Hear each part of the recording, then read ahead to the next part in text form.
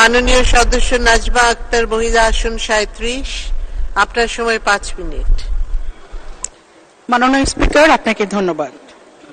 মহামান্য রাষ্ট্রপতির ভাষণের উপর আনীত ধন্যবাদ প্রস্তাবে বক্তব্যের সুযোগ প্রদান করে দেওয়ার জন্য আপনাকে আন্তরিক ধন্যবাদ জানাচ্ছি। সেই সঙ্গে পরপর 4 বার মহান জাতীয় সংসদের স্পিকার নির্বাচিত হওয়ার জন্য আপনাকে অভিবাদন জানাচ্ছি। মাননীয় প্রধানমন্ত্রীর কাছে কৃতজ্ঞতা প্রকাশ করছি, যিনি দ্বিতীয়বারের মতো আমাকে মহান জাতীয় সংসদে আসার সুযোগ করে দিয়েছেন।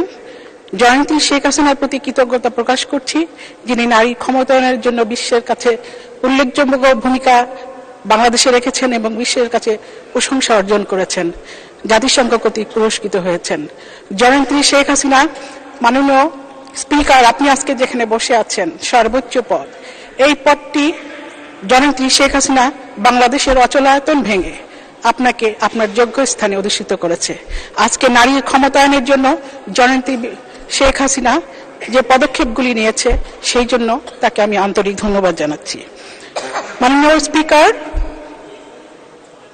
বক্তব্যের শুরুতে আমি গভীর শ্রদ্ধা ভরে স্মরণ করছি হাজার বছরের শ্রেষ্ঠ বাঙালি, বাংলাদেশের রাখাল রাজা, জাতির পিতা জুলিও করি বঙ্গবন্ধু শেখ মুজিবুর রহমান সহ 1975 সালের 15ই আগস্ট ঘাতকের নির্মম বুলেটের আঘাতে বঙ্গমাতা বেগম ফজিলাতুন্নেসা মুজিব সহ যে সকল শহীদরা তাদের আত্মাহুতি দিয়েছেন, যাদেরকে হত্যা করা হয়েছে, সকলের প্রতি আমি গভীর শ্রদ্ধা নিবেদন করছি।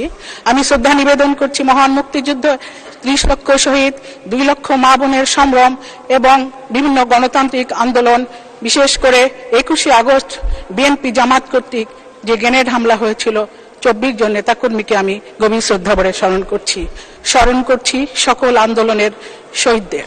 মাননীয় স্পিকার, বাংলার ধ্রুবতারা, হৃদয়ের বাতিঘর, জাতির পিতা বঙ্গবন্ধু শেখ মুজিবুর রহমান, এই মার্চ মাস আসলেই আমাদের যেন বেশি করে মনে হয়, কারণ এই মার্চ মাসের 25 মার্চ দিবাগত রাত 12টা 20 মিনিটে জাতির পিতা বঙ্গবন্ধু ধানমন্ডির 32 নম্বর থেকে স্বাধীনতার ঘোষণা দিয়েছিলেন, মুক্তিযুদ্ধে ঝাঁপিয়ে পড়ার নির্দেশ দিয়েছিলেন। এই 7 মার্চে জাতির পিতা বঙ্গবন্ধু শেখ মুজিবুর রহমান ঐতিহাসিক রেস কোর্স ময়দানে ভাষণ দিয়েছিলেন, বলেছিলেন এবারের সংগ্রাম মুক্তির সংগ্রাম, এবারের সংগ্রাম স্বাধীনতার সংগ্রাম। জাতির পিতা বঙ্গবন্ধু শেখ মুজিবুর রহমানের জন্ম 17ই মার্চ। সুতরাং যার জন্ম না হলে বাংলাদেশের স্বাধীনতা হতো না, যার জন্ম না হলে আমরা এই ভূখণ্ড পেতাম না, আমরা জাতীয় পতাকা পেতাম না, লাল সবুজের সেই পতাকা, আমরা সংবিধান পেতাম না, আমরা আমাদের মানুষের অধিকার পেতাম না, আমরা হয়তো একটি রাষ্ট্রের অধিভুক্ত একটি ভূখণ্ড হিসেবে আমরা রয়ে যেতাম। আজকে আমাদের সকল ক্ষমতার উৎস সেই সংবিধান, সেই সংবিধানে যে সকল ধারা বঙ্গবন্ধু ওখানে লিপিবদ্ধ করেছেন, মানুষ হিসাবে নারী পুরুষ সকলের সম অধিকার দিয়েছেন। আর সেই সম অধিকারের ভিত্তিতে বাংলাদেশের বর্তমান প্রধানমন্ত্রী দেশরত্ন জননেত্রী শেখ হাসিনা মানবতার মা, mother of humanity, mother of prosperity এবং মাদার অফ ডেভেলপমেন্ট, যাকে আমরা বলি উন্নয়নের রূপকার, সারা বিশ্বের কাছে যিনি বিস্ময়, সারা বিশ্ববাসীর কাছে বাংলাদেশকে যিনি ইমাজিন টাইগার হিসেবে চিহ্নিত করেছেন। মাননীয় স্পিকার, ব্লুমবার্গের মতে 2025 সালে বাংলাদেশে বিশ্বের 20তম অর্থনীতির দেশ হবে।